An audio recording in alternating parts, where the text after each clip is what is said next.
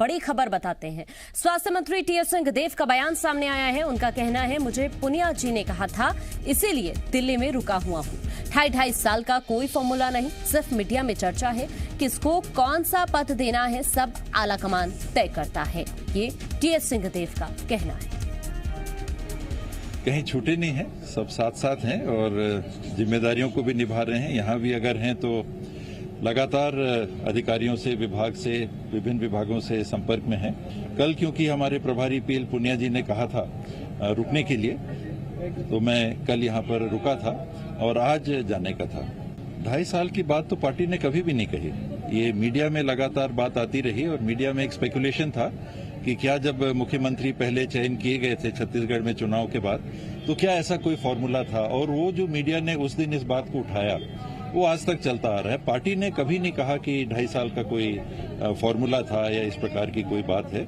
और पार्टी में काम किसको क्या करना, ये हाईकमांड तय करते हैं सबसे कंसल्टेशन के बाद, और वो जिम्मेदारियां हम लोग निभाते हैं। अगर कोई व्यक्ति किसी टीम में खेलता है तो क्या कप्तान बनने की बात मान में नहीं आती है? आप नहीं बनना चाहोगे? हर आदमी के मन में वो बात आती है, पर बात सवाल आदमी की सोच का नहीं होता है। सवाल आदमी की क्षमता और जिस टीम का वो हिस्सा है, हमारी पार्टी के हम हिस्सा हैं, हमारा हाईकमांड तय करता है कि किसको क्या काम करना है। कब तक बनेंगे आप? कोई बनने की बात नहीं है, जिम्मेदारी जो मिले उसको निभाने की बात। वही मुख्यमंत्री 5 साल रहेंगे? 50 साल रह सकते हैं, 10 साल रह सकते हैं, 2 साल रह सकते हैं, ये कोई फिक्स नहीं रहता। नाराजगी खत्म है, दोनों आदमी के बीच कोई राइवलरी नहीं है। आप मंत्री बने रहेंगे, मंत्री पद से इस्तीफा नहीं देंगे? राइवलरी तो भाई भाई भाई बहन बहन में भी होती है, वो कोई ऐसी बात नहीं रहती, स्वच्छ बातें रहती हैं। और कहीं प्रतिस्पर्धा होती है तो स्वच्छ प्रतिस्पर्धाएं भी होती हैं। तो अभी आपने टीएस सिंहदेव को सुना, कहा कि मुझे पुनिया जी ने यहाँ दिल्ली में रुकने के लिए कहा था और इसीलिए मैं रुका हुआ हूं। लगातार देवेश हमारे साथ बने हुए। देवेश, अभी टीएस सिंहदेव को हमने सुना, वो यही कहते हुए कि पुनिया जी ने कहा था इसीलिए दिल्ली में रुका हूं, और 2.5 साल वाले फॉर्मूले को लेकर उनको कहना है कि इस तरह का कोई फॉर्मूला पार्टी के अंदर तो नहीं है। जाहिर है कभी खुलकर इस बात को सिंहदेव हो या भूपेश बघेल हो नहीं कहेंगे कि 2.5 साल का कोई फार्मूला है, क्योंकि जनता के द्वारा दिए गए मत को कोई पार्टी समय में बांध दे और जनता के लिए काम करने वाले मुख्यमंत्री का चेहरा समय सीमा में बंधे, ये कोई पार्टी नहीं चाहेगी कि जब पब्लिक के बीच मैसेज जाए कि कोई फार्मूला इस तरह का तय किया गया है। जब ताम्रध्वज साहू का नाम लगभग तय हो गया था मुख्यमंत्री पद के लिए, उसके बाद मुख्यमंत्री भूपेश बघेल और टीएस सिंहदेव के बीच आपस में जो बातचीत हुई होगी कि अगर हम में से किसी को मुख्यमंत्री बनना है तो हम कैसे बन सकते हैं, तो इस तरह की चीजें थी, वही बातें निकलकर सामने आती थी।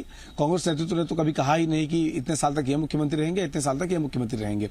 वो दिगर बात है कि नेता अपने आपसी अंडरस्टैंडिंग को नेतृत्व के पास कैसे लेकर जाते हैं और नेतृत्व उन चीजों को कैसे हैंडल करता है, और वो भी यही रहा है। लेकिन जो सिंहदेव ने कहा कि राइवलरी क्यों नहीं होगी और कप्तान कौन नहीं बनना चाहता, ये अपने आप में काफी अहम है। सिंहदेव काफी समय से दिल्ली में है।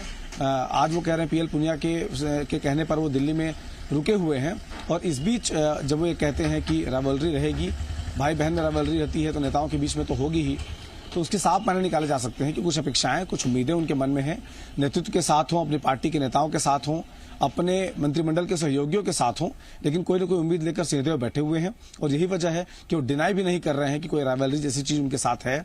वो डिनाई भी नहीं कर रहे हैं कि वो मंत्री पद से इस्तीफा देंगे या बने रहेंगे।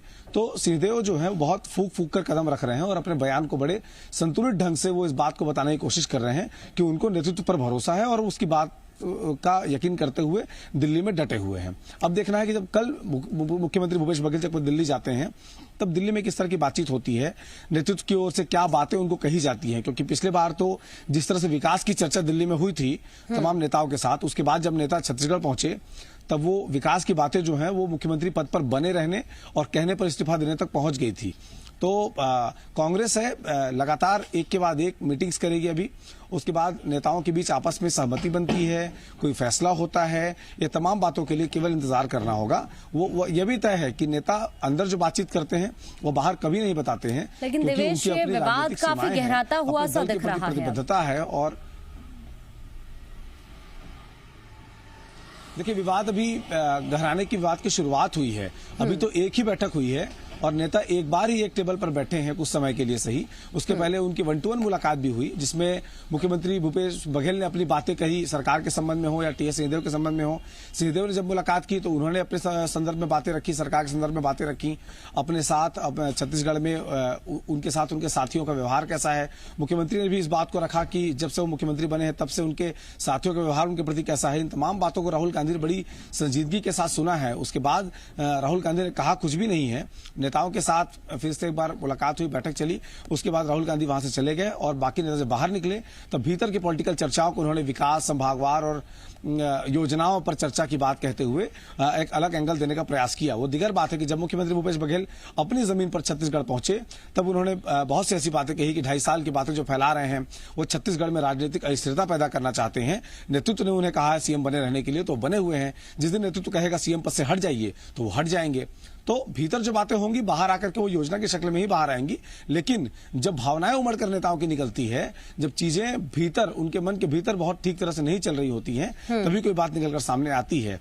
और जब नेता कूल होते हैं तो बहुत सोच समझ कर उस तरह के बयान देते हैं जिसके मायने केवल हम निकाल सकते हैं, उसके बारे में ठीक ठीक कोई आकलन नहीं कर सकते।